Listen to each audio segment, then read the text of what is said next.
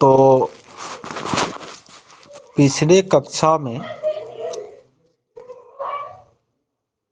हम लोगों ने विचार किया था कि आज हिंदी व्याकरण पढ़ना है।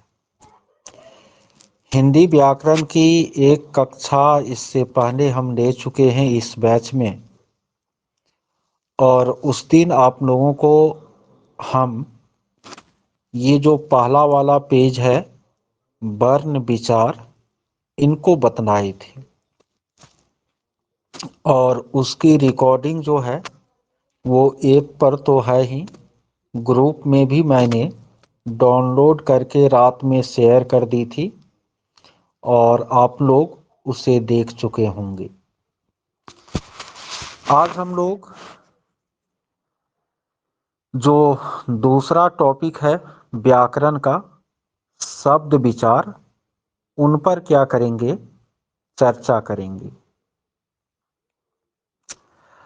आप लोगों को यह पता है कि हिंदी भाषा का जो विकास हुआ वो संस्कृत भाषा से हुआ।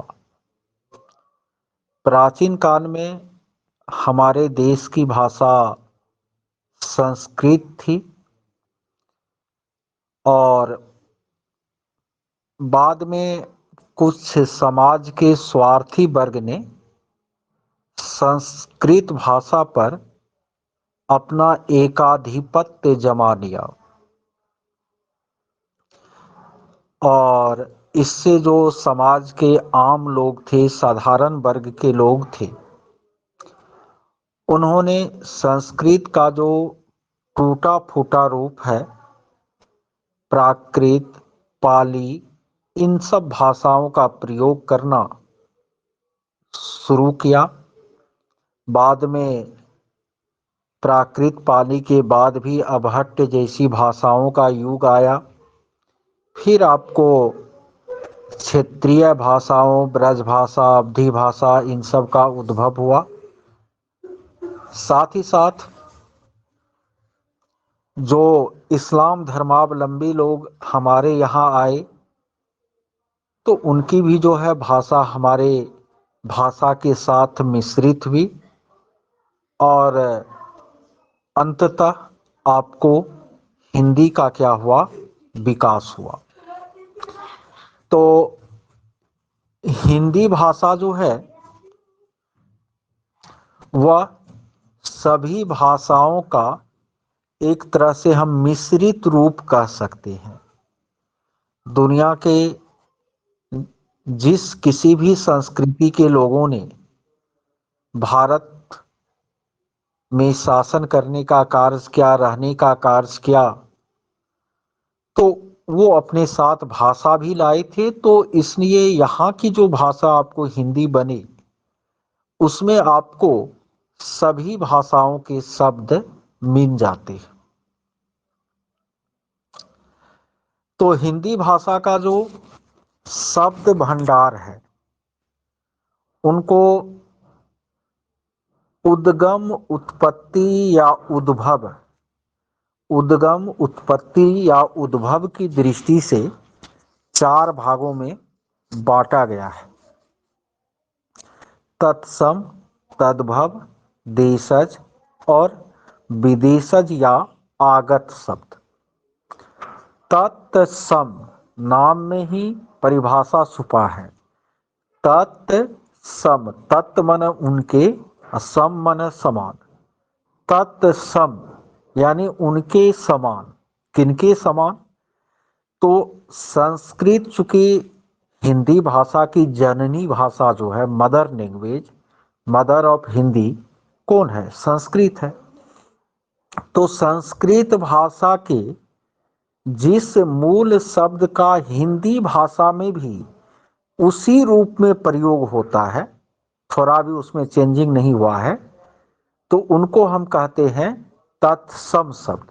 जैसे हिंदी में हम लिखते हैं अग्नि प्रज्वलित हो उठी, अग्नि प्रज्वलित हो उठी। तो अग्नि जो है संस्कृत में भी अग्नि होता है, और सेम उसी रूप में हम हिंदी में प्रयोग कर रहे हैं।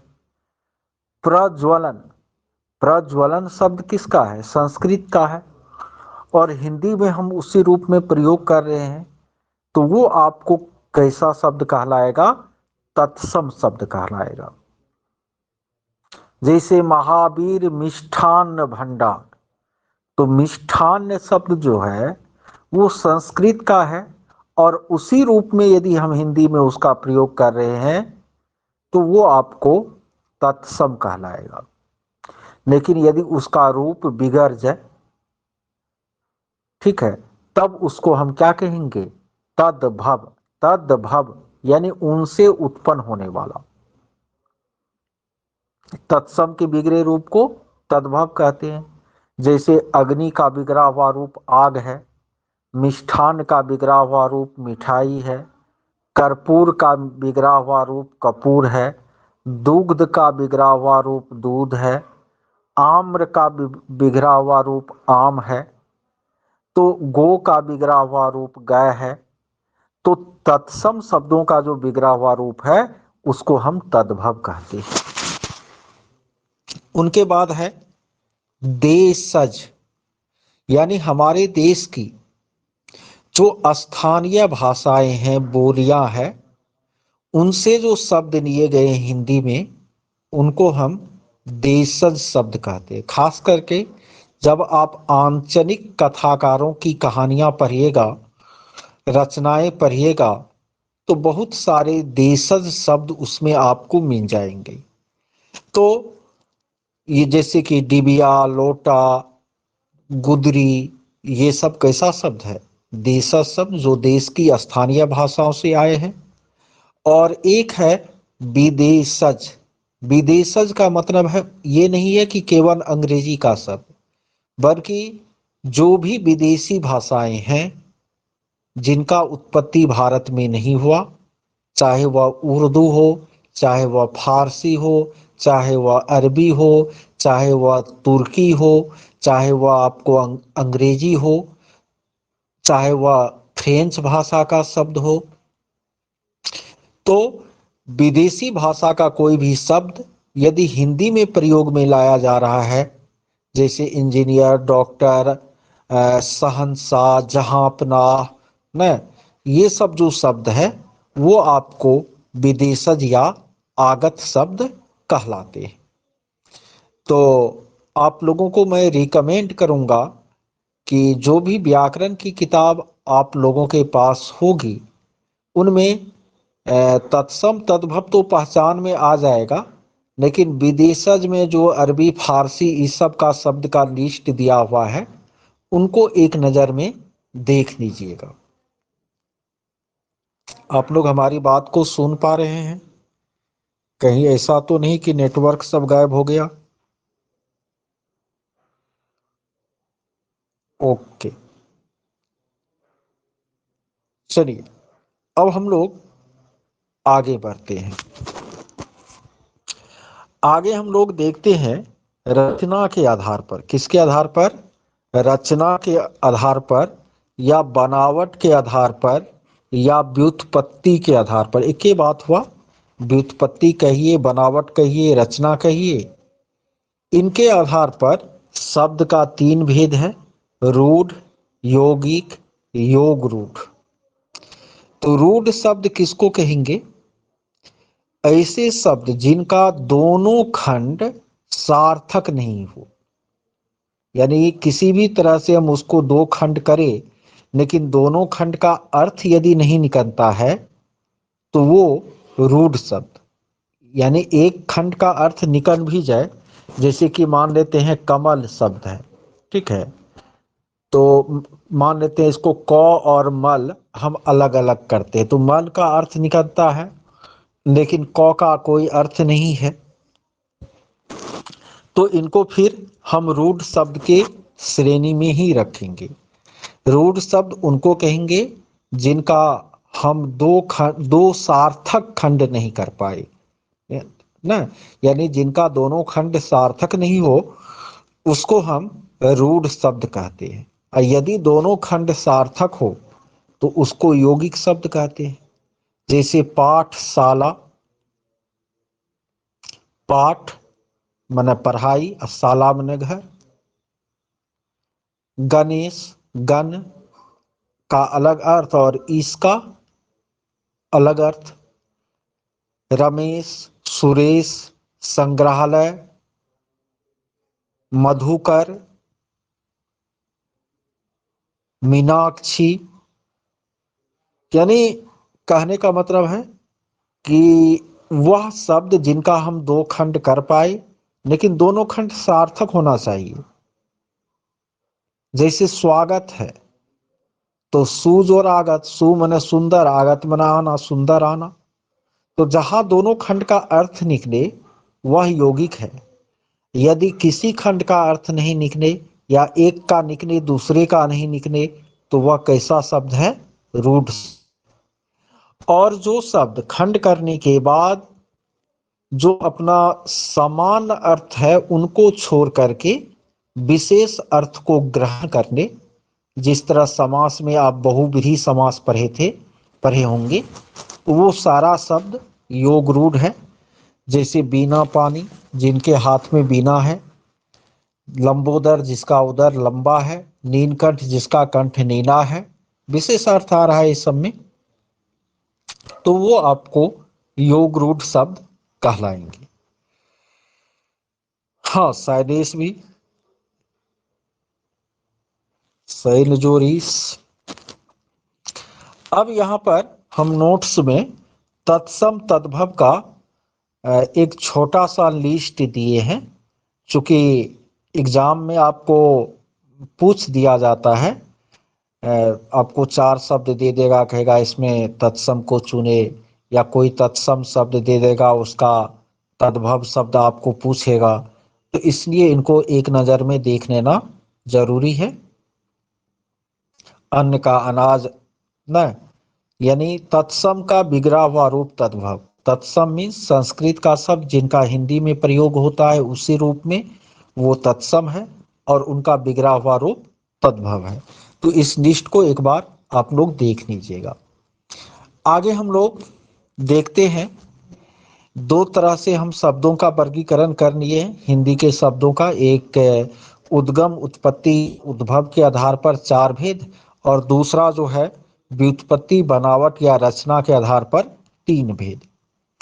अब हम लोग विकार के आधार पर शब्द का भेद देखते हैं। देखिए, विकार के आधार पर शब्द का 2 भेद होता है, विकारी और अविकारी या अव्यय। आप लोग पार्ट ऑफ स्पीच पढ़ाते हैं बच्चों को, और 8 भेद उसमें बताते हैं। संज्ञा, सर्वनाम, विशेषण, क्रिया, क्रिया विशेषण, संबंध बोधक, समुच्चय बोधक, विस्मयादि बोधक।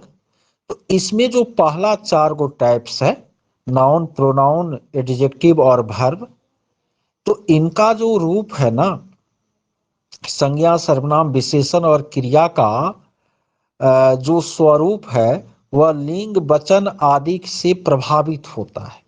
लिंग, वचन आदि से क्या होता है? प्रभावित होता है। तो इसलिए इसको आपको विकारी शब्द कहा जाता है, और शेष जो 4 गो बच जाता है उसको अविकारी या अव्यय कहते हैं। संज्ञा किसे कहते हैं? संज्ञा ऐसा टॉपिक है जो सबको याद होगा, कि संज्ञा किसी वस्तु, स्थान, न, इस सब के नाम को संज्ञा कहते हैं। संज्ञा का 5 भेद: व्यक्तिवाचक, जातिवाचक, भाववाचक, समूहवाचक, द्रव्यवाचक। न, जैसे पर्वत एक जातिवाचक संज्ञा है, क्योंकि इससे पर्वत मीन्स कोई खास पर्वत का तो बोध नहीं होता। लेकिन हिमालय कह दे तो वह व्यक्तिवाचक संज्ञा है, क्योंकि उससे एक खास पर्वत का बोध होता है। देश कह दे तो जातिवाचक संज्ञा हो जाएगा, अब भारत कह दे तो व्यक्तिवाचक संज्ञा हो जाएगा। वहीं जो भी भाव है, इमोशंस है, जैसे क्रोध, ईमानदारी, दया, मिठास, कड़वापन, ये सब भाववाचक संज्ञा है।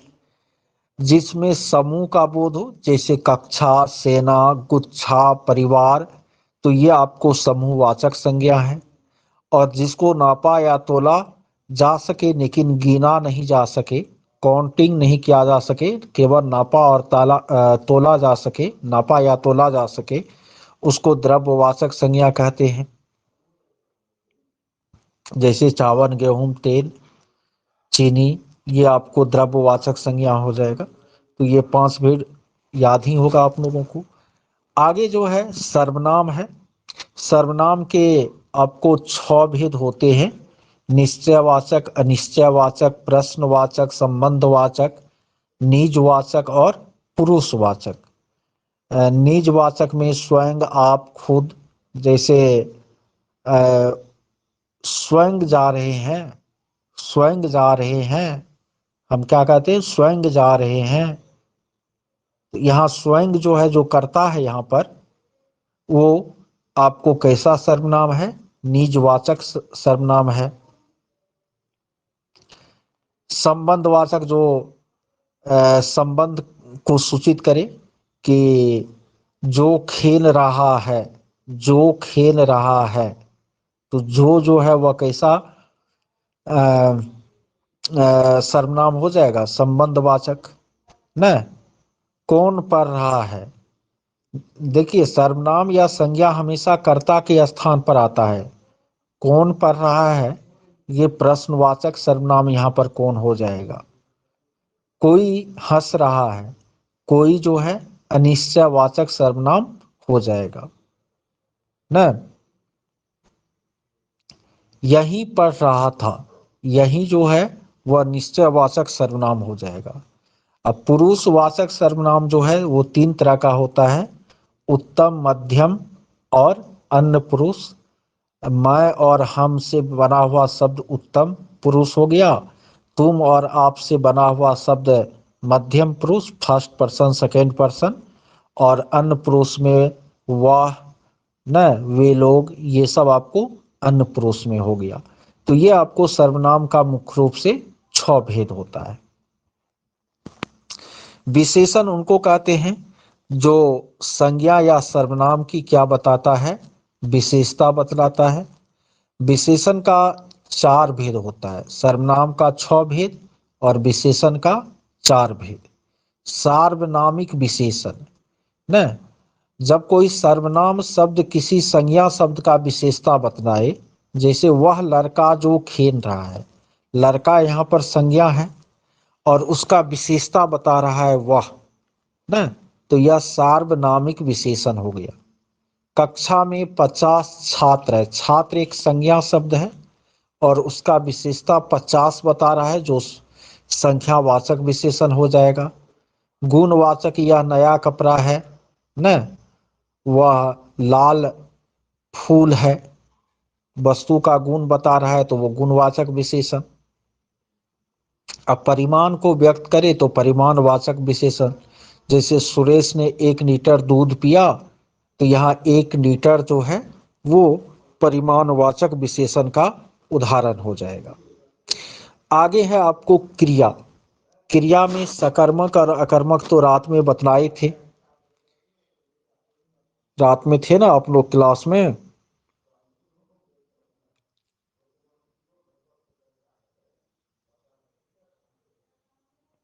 ओके, यानी आप क्या लगाकर क्वेश्चन कीजिएगा। यदि उत्तर आए तो सकर्मक क्रिया है, नहीं आए तो अकर्मक क्रिया है। रात में विस्तार से बताए थे। जैसे क्या हंसता है, कोई उत्तर नहीं आएगा तो वह अकर्मक क्रिया है। क्या खाता है, तो कुछ उत्तर आएगा, आम खाता है, अमरूद खाता है, भोजन मांस खाता है, सब्जी खाता है, तो वो सकर्मक हो जाएगा ना। तो यानी क्रिया में क्या लगाकर क्वेश्चन करेंगे, यदि आंसर आए तो सकर्मक, नहीं आए तो अकर्मक। जब आपको दो क्रियाएं एक साथ, सॉरी, जब कोई क्रिया दो कर्म ने, न, जब कोई क्रिया दो कर्म ने, तो उनको हम द्विकर्मक क्रिया कहते हैं। जैसे रीना ने बच्चों को अंग्रेजी पढ़ाई, यहाँ बच्चा पर भी काम हुआ, अंग्रेजी पर भी काम हुआ, न, कौन सा? पढ़ने पढ़ाने का। तो दो गो कर्म ले रहा है, तो ये द्विकर्मक क्रिया हो गया। संयुक्त क्रिया हो गया, जैसे दो क्रिया एक साथ आए, मैंने पढ़ लिया है, उसे जाने दो, तो जाना और दो दोनों क्रिया है, पढ़ना लेना दोनों क्रिया है, तो दो क्रिया एक साथ आए तो उनको संयुक्त क्रिया कहते हैं।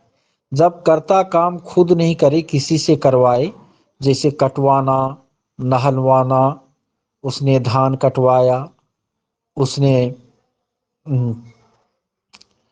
खेतों की निराई करवाया, जहां पर काम करवाने की बात हो वहां प्रेरणार्थक क्रिया होती है। और एक होता है पूर्वकालिक क्रिया। दो क्रियाएं आपको वाक्य में हो और एक क्रिया पहले खत्म हो जाए ना, तो जो पहले खत्म हो जाता है उसको हम क्या कहते हैं? पूर्वकालिक क्रिया कहते हैं। ठीक है, जैसे वह खाकर पढ़ता है, यहाँ खाकर जो है वह पूर्वकालिक क्रिया का उदाहरण हो जाएगा, क्योंकि खाने का काम पहले हो चुका है। इनके बाद अव्यय शब्द है। अव्यय माने अविकारी।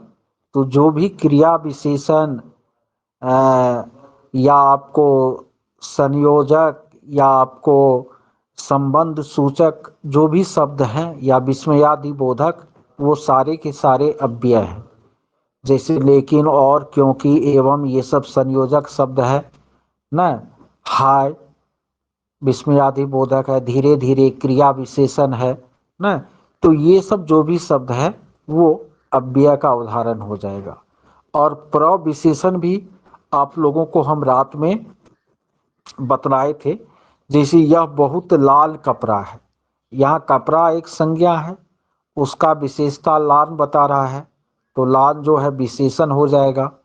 और लाल का भी विशेषता बहुत बता रहा है, तो बहुत जो है प्रविशेषण हो जाएगा। तो बताइए आप लोगों को यहाँ ठंड कैसी है?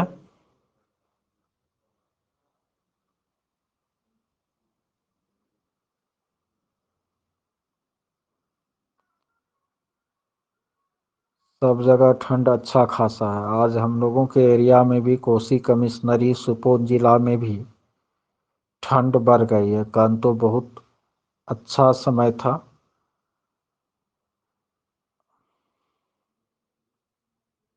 गया तो सबसे गर्म और सबसे ठंडा जिला बिहार का है ही, तो गया में तो ठंडी रहेगी ही।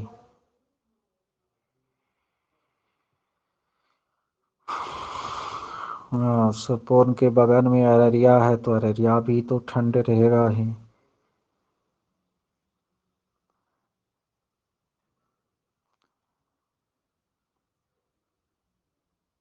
गन्ना में जा रहे नहीं, वो देख रहे हैं वायरल खबर है केवल।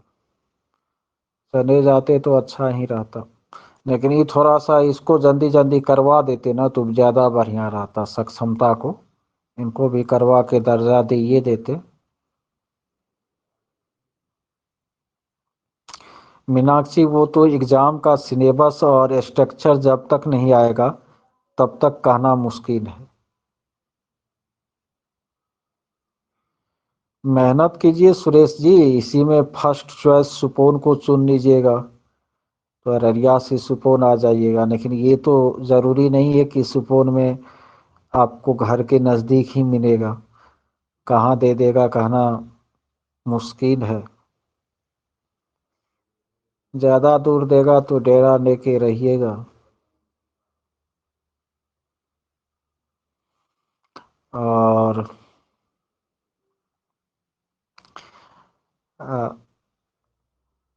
देखिए एग्ज़ाम आज तो दैनिक का तो रहा है, नेता सब जो संशोधन में लगे हुए हैं। एक ठो चीज़ केवल दे दे ना, समस्थानिक इंडेक्स दे दे तो सारा समस्या का हल हो जाएगा। ठीक है, समस्थानिक इंडेक्स दे दे तो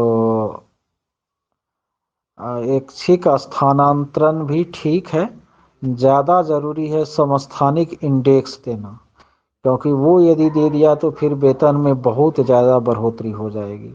तब थोड़ा इधर उधर दूर भी होगा ना तो लोगों को परेशानी नहीं होगी। स्थानांतरण तो जब राज्यकर्मी हो जाएंगे तो सब दिन पाठक बाबा थोड़े रहेंगे, वो जाएंगे तो फिर चेंज होगा ही। हम देखिए क्या सब होता है। तो चलिए, ठंड भी ज़्यादा है और ऐसा नहीं है कि एग्ज़ाम की भी घोषणा हो गई है। तो समय ज़्यादा रहेगा तब तो आधा घंटा रोज़ पढ़ेंगे हम लोग, उसी में हो जाएगा। कम समय देगा तो 1 घंटा के बदले 2 घंटा पढ़ना पड़ सकता है। बिल्कुल अहमद जी। अब तो बारी बारी से मीनाक्षी होगा ना, अब एक ही साथ तो नहीं हो सकता ना। अभी आप व्याकरण कर रहे हैं तो इनको खत्म कर लेंगे 2-3 दिन, उनके बाद साइंस में ही चलना है तो साइंस में ही चलेंगे। चलिए,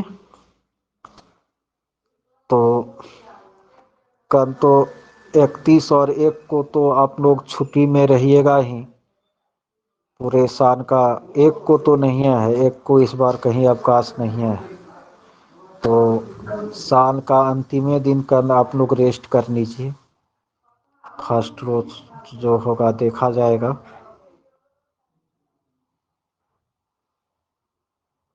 हम्म, 1 को तो हर जगह खुला हुआ है।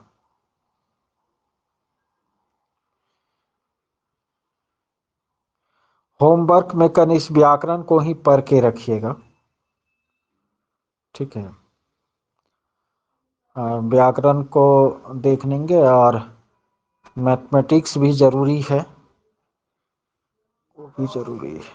संशोधन हो, कुछ अच्छा हो तो और बेहतर है जितेंद्र चौधरी जी,